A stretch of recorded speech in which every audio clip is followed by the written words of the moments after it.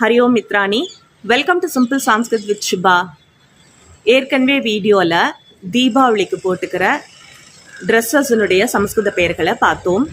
அப்புறம் தீபாவளிக்கு செய்து சாப்பிட்ற ஸ்வீட்ஸினுடைய சமஸ்கிருத பெயர்கள் என்னன்னு சொல்லி கற்றுக்கிட்டோம். இன்றைக்கி நம்ம என்ன பார்க்க போகிறோம் அப்படின்னா, நம்ம ஸ்கூல்லலாம் படிக்கும்போது தீபாவளி முடிச்சுட்டு ஸ்கூலுக்கு போகும்போது தமிழ் டீச்சரும் இங்கிலீஷ் டீச்சரும் கேட்பாங்க, நீங்கள் தீபாவளிக்கு என்னெல்லாம் பண்ணீங்கன்னு ஒரு எஸ்ஸே எழுதுங்கன்னு சொல்லிட்டு.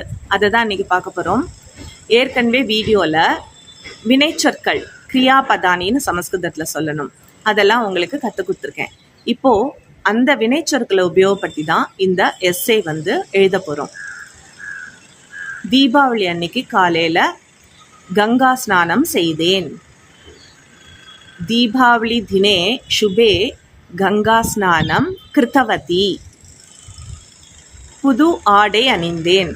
நூதன வஸ்திரம் திருத்தவதி. கோவிலுக்கு சென்றேன்.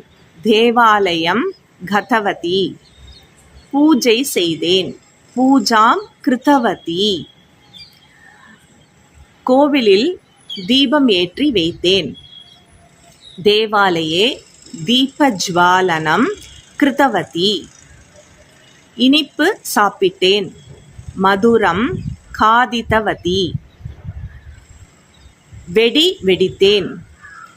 விஸ்போடனம் கிருத்தவதி. நண்பர்களுடன் சேர்ந்து நன்றாக விளையாடினேன்.